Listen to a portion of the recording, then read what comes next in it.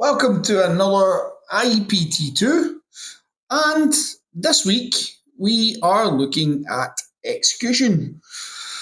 Now, some people might see the word execution and immediately think of maybe killing off some of their clients because they're not doing what they are told, but that's not what this is about. So, this week we are really just taking a look at the kind of plan for September. What are we doing to get people into our businesses? Uh, there may be lots of avenues you want to go down. Maybe there's certain things you want to do, but with all these things, what it really takes is execution. And that's why we've obviously titled this podcast Execution, but it's also to drive home the fact that and anytime you need to get more people into your business, it is going to be about how you execute your plan, how you learn from your plan, and how you can then execute a different plan if needed. So today, we want you to think about what kind of things you're going to do during September. It's only the 2nd of September today. But typically, with the peaks and troughs of the fitness industry, with the general population, we tend to see September being one of the busiest months of the year, if not the busiest, for people spending money on personal training, having the time to actually go and do the training sessions themselves. Because when we get into October, November, and December, thoughts tend to typically go towards other things. So September is the month where we want to capture people, get them into our business, and get them on the road to where they want to be. Now, if we look at the typical journey of a person within a PT business, people tend to stay from anywhere, if we're being gracious, from 3 months to a year. That's if they're serious about getting a goal. We will have obviously other people who maybe come and go within a month, but we want to try and get the people now that are going to be those 3 to 1 year customers. And how you go about doing that and how you execute your plan this month is going to be essential. But what is your plan? Now, I could sit here and list a bunch of stuff that you should do, but really, you're going to need to think about the customer that you want to attract. Every personal trainer is different. There is lots of commonalities, but every personal trainer is different because they have different personalities. And different people get on better with different people. That is just one of the biggest factors in personal training. You might like my podcast. You might not like my podcasts. You might be somebody who's drawn to me as a person. You might not. I might not be your cup of tea. The general consensus though is personal trainers always look at the negative, the no's that they get, and they will get many no's. So we can't focus on that. We need to look at the ideal customer for ourselves. We need to understand that person, that demographic, and then go after that person through activity and through the execution of that activity. So, what is it that your type of client likes to do? Is there going to be classes that they like to do? Could you meet them where they go to? You're going to meet everybody who comes in the gym if you stand at the front door, but you might not always meet your type of ideal client. Now, obviously, if you deal with busy mums, then the ideal time to be around in the gym is going to be probably 9 to 12 in the afternoon, 9 a.m. to 12. If you deal with people who are corporate professionals, you might want to be around the gym, say from 12 till 2 p.m.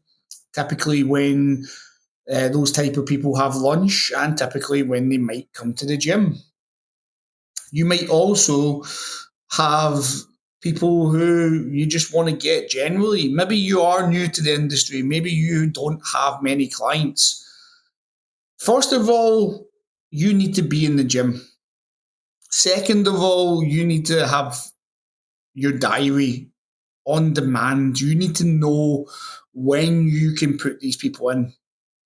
But typically, if you're in the gym at a certain time and somebody's training at 1 p.m., typically they will be a 1 p.m. client. So we can sometimes get around it that way, but you will get people who come to gyms at different times. So if you have, I used to call it the fake rota. I used to have a fake rota that basically I would take all the hours that I didn't want to work. So say you're on shift on certain times. First of all, you block them out as shifts. You block out the times you're going to be sleeping because if a client wants a 3 a.m. session, they're not getting it. But also because it just shows that you prioritize that as well. So you'll get some uh, diaries that might have like 7 a.m. and that's not a time when you train people, or 6 a.m. you don't train people, or it could be that you do train people at those times. Whatever it is, whatever times you don't do. So say you don't train people after 8 p.m.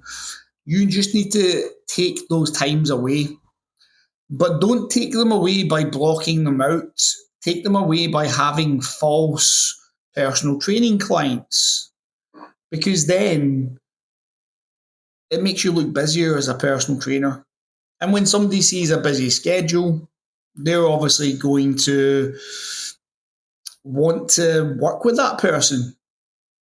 Now, the next part of this, ideally, so you can book people in, and this is just the booking side of stuff for somebody who's new to the industry.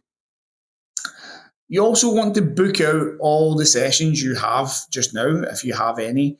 And you want to also book out some time for yourself during the day so you can have half an hour to eat, your training time, whatever time that is, and any time you're going to be doing marketing or learning during the day. Try get these things all marked out, because then once you know them, and again, you can use false personal training names. It might be your relatives, your loved ones, your girlfriend, boyfriends, whatever it is that you're putting in. You'll understand. You can color code this. It can make it easier for yourself. Whatever you want to do, but it also leaves the opportunity that if you do get a client who comes along and says, "Look, I want to train at 5 p.m. Can you get me that session?" And you already have one of these fake clients in there, it means you have the ability to decide if you actually want to train that person at 5 o'clock or not, and move the time that you do things elsewhere. So that's why this gives you the flexibility. So first of all, have something like that you can then show to people, and that's the execution of your booking system. Now that could be an online booking system. I prefer just having a plain old sheet to show people and say, look, these are the sessions you can purchase. Okay, so now that you've got that out of the way, now we can look at what kind of activities you're going to be doing. So, on the gym floor, as I said, are you going to be meeting these people at the times that you want them? Have you got all the sessions filled in that you want filled in from that type of client? And this is the thing to think of. It's going to be harder sometimes to get your ideal client outside of the times they usually come. So being fully dependent on mums won't always be the best thing, but it doesn't mean you can't have a focus on them. So if it is, say, mums that you train, that's great. But if you filled your diary every day 9 to 12, and there's no more mums want to take spaces later on at night, you're now at a disadvantage. So we need to look at, can you add in different people? And that's where we look at personality types. What are you like as a personal trainer? Who do you get on with? Just because you train busy mums and that's your focus doesn't mean you can't train men. Doesn't mean you can't train people who are not mums or have been mums. It doesn't mean that you can't delve into other aspects that you find interesting in fitness as well and start to train other types of people. But if you are going to try attract those type of people, you need to have a different set of tools for that. You can't just go down the same route. And that's one of the flaws that personal trainers do a lot of the time. They stay focused on what they can give and again, this is just an example I'm using, the mums in the club. And every gym is going to be different. Every gym is going to have different clientele, different customers that come there. So we really need to speak to the people who will resonate with your message.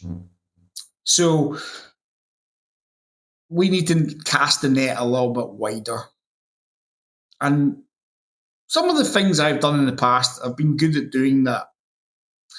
Again, just being close to the entrance of the gym when people are coming in or leaving is going to be great, because if you are there to say hi to people, you'll start to build up rapport.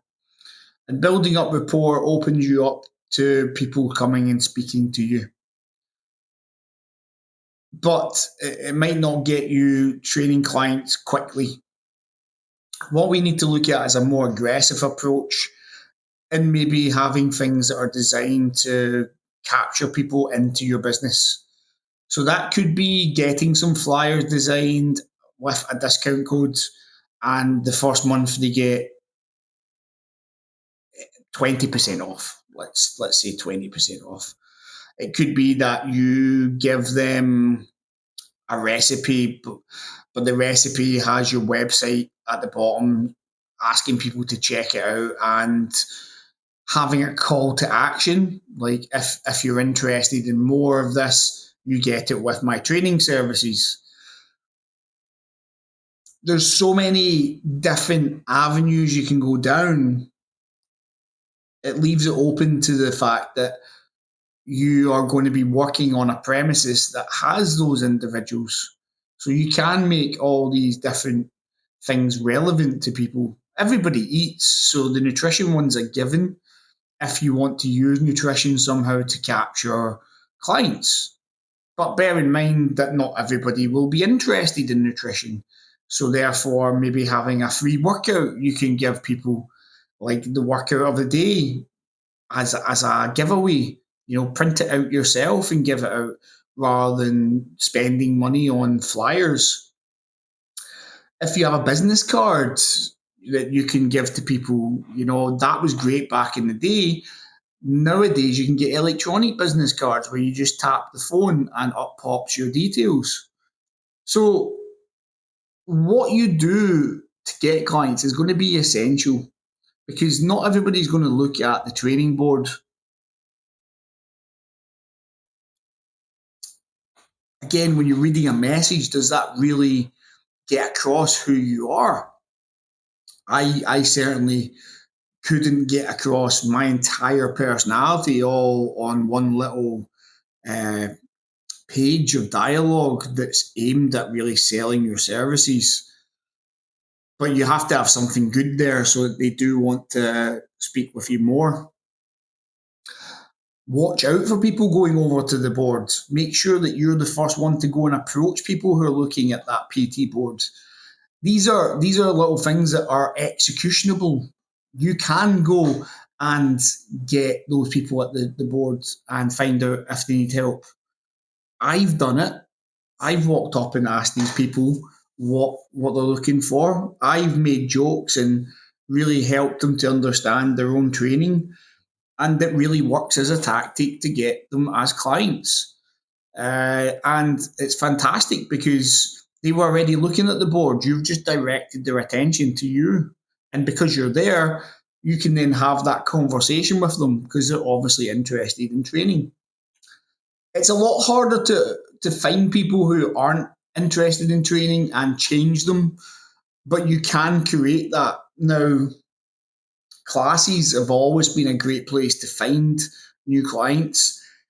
Inductions are a great place to find new clients.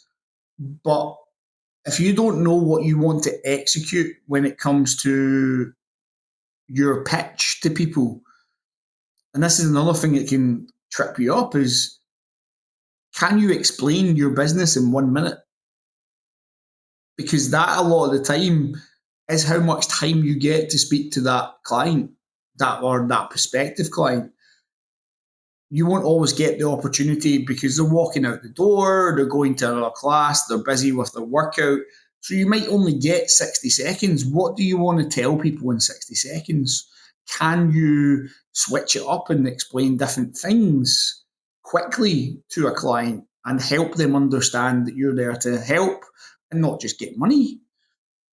Does that come across in your personality as well?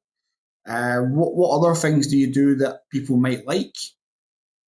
Do you showcase your stuff on Instagram and that's where you want to direct people to as a sales funnel? Have you even got a sales funnel? Do you understand what a sales funnel is and how many people you potentially need to speak to per day to actually get a client? These are just some of the things we need to think of so we can execute, so we can get those clients.